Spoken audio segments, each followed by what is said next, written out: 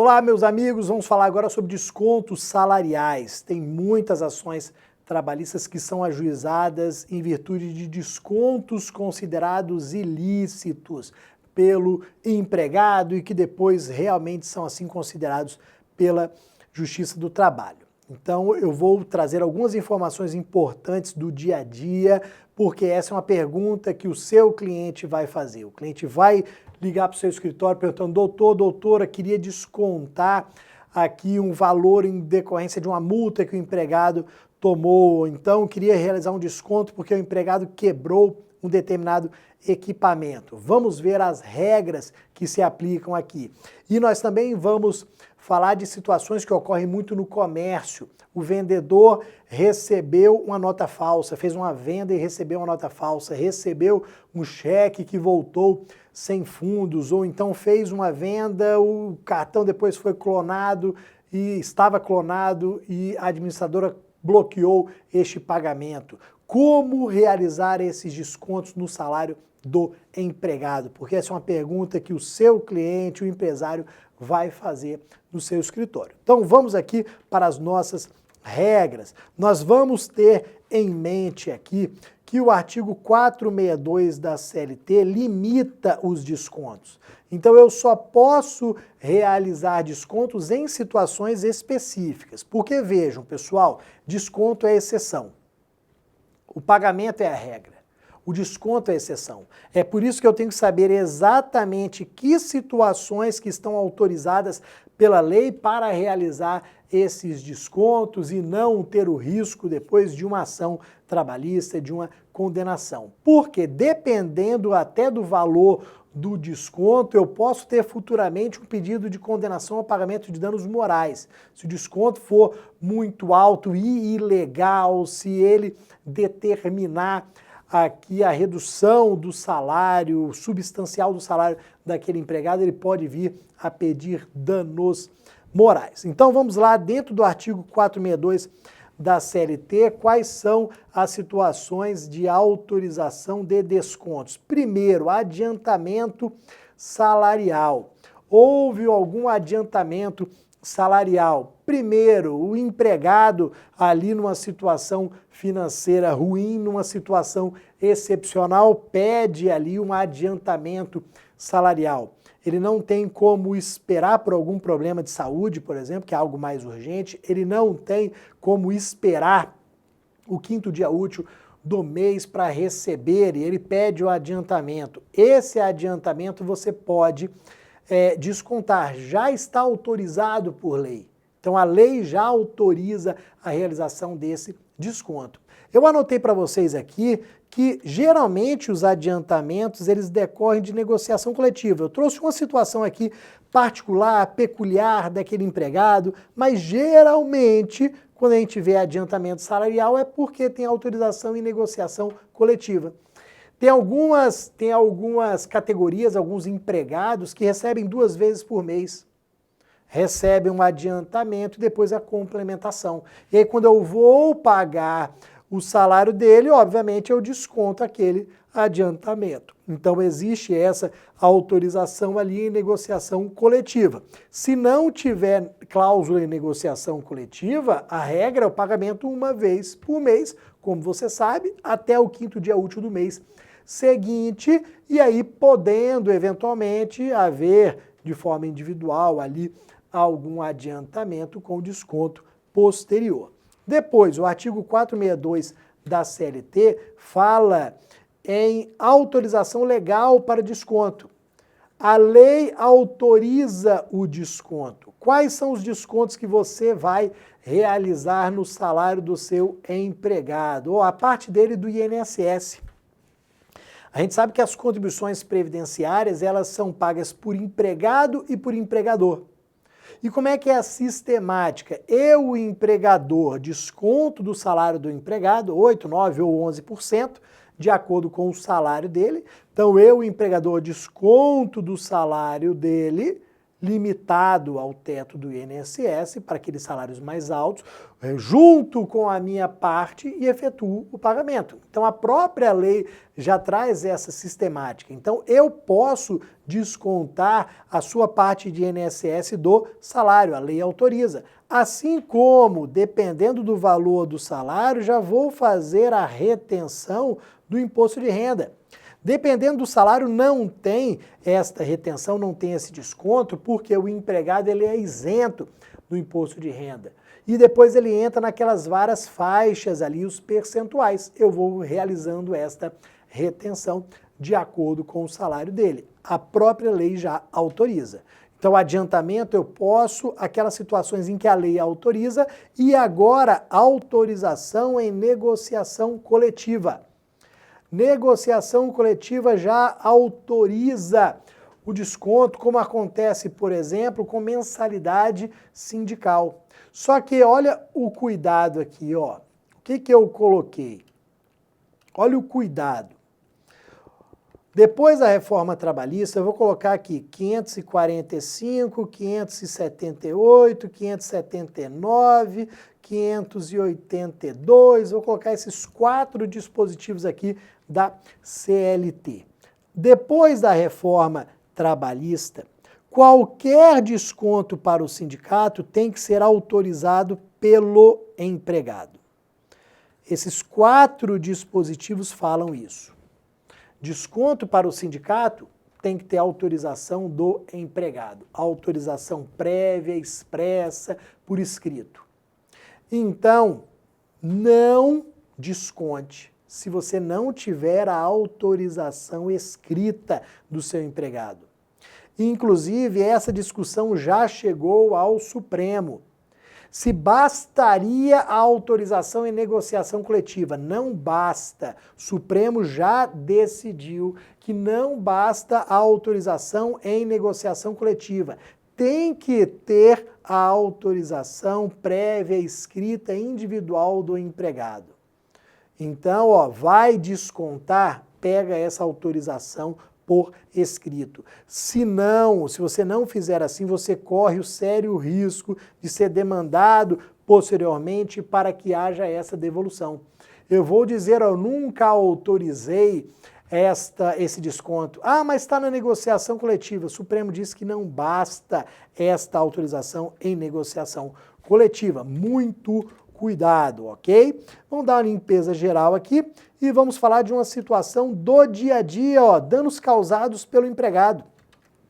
O seu cliente vai ligar, doutor, doutora, houve um dano aqui gerado pelo meu empregado, eu quero descontar do salário dele. Beleza. Como sempre, a primeira coisa que você vai fazer, deixa eu olhar ali a negociação coletiva. Deixa eu ver se tem alguma cláusula sobre os descontos. Não, não tem nenhuma cláusula sobre descontos. Aí nós vamos para isso que eu vou falar para vocês. Tem alguma cláusula sobre desconto? Vamos seguir ali. Pode ser que nós tenhamos cláusula na negociação coletiva limitando o valor mensal. Ah, eu tive um dano de R$1.000, o salário do camarada é 1.500, eu posso descontar 1.000?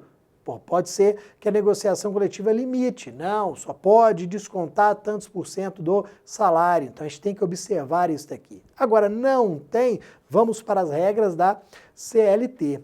O dano que o seu empregado causou. Primeira coisa que você vai analisar, você vai perguntar para o seu cliente, tem prova do dolo?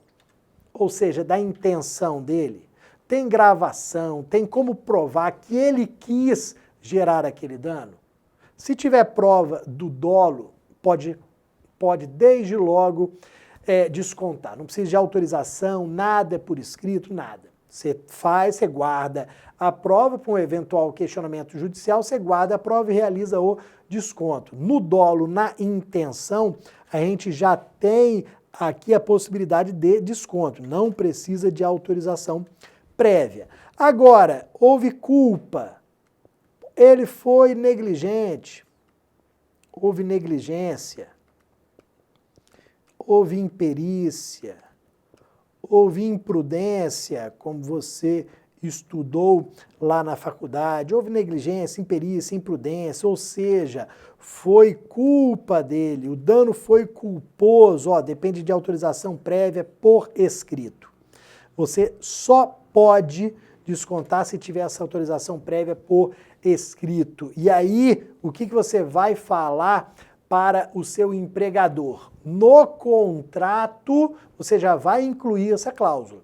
Então, quando o empregado for contratado, vai assinar ali o contrato, você já vai incluir essa cláusula no contrato, já inclui, porque depois você não precisa pegar essa autorização. Você já está autorizado na hipótese de culpa. Muitas empresas fazem isso por causa de multa.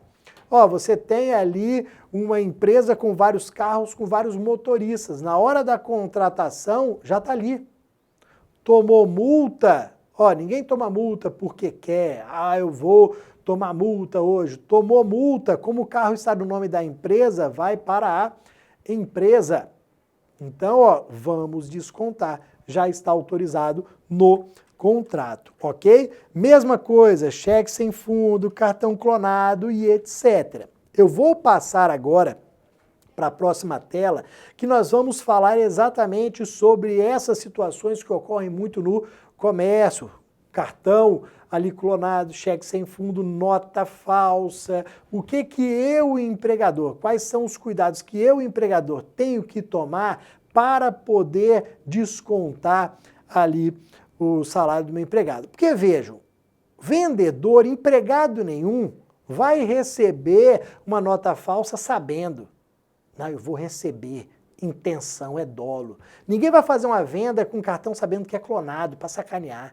Ninguém vai pegar um cheque, eu sei que é sem fundo, mas eu vou vender. Não, claro que não. Você faz isso daqui, talvez por uma negligência, por imperícia, uma imprudência, não faz a consulta, tá nem aí, não pede documento, nem nada, não olha a nota, por um descuido que seria culpa. Então, para caracterizar, para deixar clara a caracterização desta culpa, o que você deve fazer? Vamos lá, ó. Problemas relacionados ao pagamento de clientes. O seu empregado recebeu o cheque sem fundo, recebeu a nota falsa, cartão clonado e por aí vai. O que deve ser feito pelo empregador para se resguardar? Você tem que ter prova disso daqui. Ó, você tem que ensinar o empregado a verificar se a nota é falsa. De nada adianta você falar para o seu vendedor, para o caixa ali do supermercado, você tem que ver se a nota é falsa. Primeira alegação que ele vai fazer em juízo, ele nunca me ensinou como verificar se a nota é falsa ou não. Nunca fiz um curso, ele nunca me ensinou nem nada.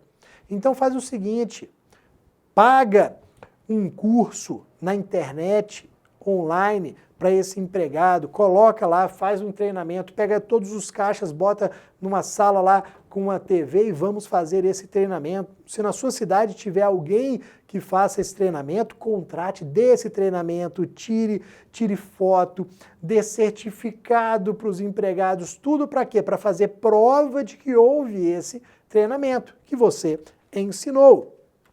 Depois, criar a regra e deixar clara, criar a regra de que o cheque deve ser consultado para ver se possui alguma restrição naqueles estabelecimentos que ainda recebem cheque. Muitos não recebem, tá? E não há nenhuma ilegalidade. Você pode falar, ó, aqui eu não recebo cheque. É dinheiro ou cartão. Mas se você ainda recebe o cheque, cria essa regra. Você só pode receber cheque se houver a consulta, se não tiver nenhuma restrição. Se tiver restrição, não pode receber. O que acontece muito com frentista? Você chega no posto, enche o tanque, pum, aí 200 e tantos reais para encher o tanque. Aí você vem com o cheque. Aí o frentista já gela. Putz, não perguntei a forma de pagamento.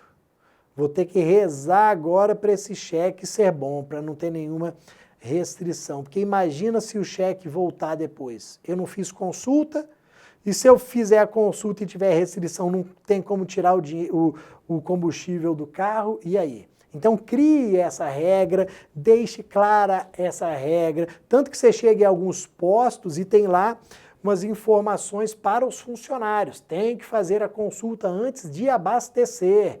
Então, alguns funcionários perguntam, como é que é a forma de pagamento? Cheque? Então, deixa eu fazer a consulta antes de colocar o combustível, ok? Então, tome este cuidado. Depois, exigir documentação daquele que quer usar o cartão, principalmente se não possui chip. Tem chip, não custa nada exigir também a documentação, mas se não tem chip, se é aquele antigo ainda que alguns bancos têm, só de assinatura, exija o documento. Se não for da pessoa, não venda, porque existe esse risco. Você criou essa regra. Eu, empregador, criei a regra para os meus empregados. Cartão só com documento. Tanto que a gente chega em algumas lojas e tem este aviso. Só que muitas vezes ninguém pede. Só que tem lá aquele aviso. Você, empregado, está avisado. Exigiu, não exigir, deu algum problema, você, empregado, pode ser responsabilizado. Vamos incluir na cláusula contratual que o desconto será feito caso não sejam seguidas as regras e o pagamento não for realizado. Então vejam aqui, ó, que você não vai falar para o seu cliente incluir no contrato a cláusula, então coloca que se não forem seguidas as regras e o pagamento não for realizado, se o cheque voltar, se o valor do cartão for bloqueado, se a nota for falsa, haverá esse desconto, para a gente não ter nenhuma dúvida depois e ter todos os documentos para defender a empresa judicialmente. Fez isso tudo, meus amigos, aqui está, ó. Você pode afirmar que houve culpa do empregado. Ele foi totalmente negligente, não quis nem saber de nada, recebeu, não viu se a nota era falsa, não pediu documento, não consultou o cheque, então culpa dele. Vou realizar o desconto. Ok, galera? Vamos para as nossas decisões. Temos uma decisão aqui, ó. Importante, ó, cheque sem provisão de fundos, devolução. Em regra, é ilegal desconto salarial equivalente a cheque de cliente sem provisão de fundos. Por quê? Porque isso é risco da atividade. Agora, a responsabilização do empregado só é possível quando obrar, ou seja, trabalhar com dolo ou culpa no exercício da sua função. Então vejam que isso daqui se aplica a cheque, a cartão, a nota falsa. Você tem que demonstrar o dolo ou a culpa. Geralmente nessas situações não há dolo, como eu falei para vocês, mas aí você demonstra que houve a culpa, já tinha aquela autorização prévia no contrato, desconta. Se houver o ajuizamento de ação para discutir, você tem como aqui defender a empresa e evitar a condenação. Tá bom, meus amigos? Volto daqui a pouquinho. Espero que vocês estejam gostando do nosso curso. Um abraço.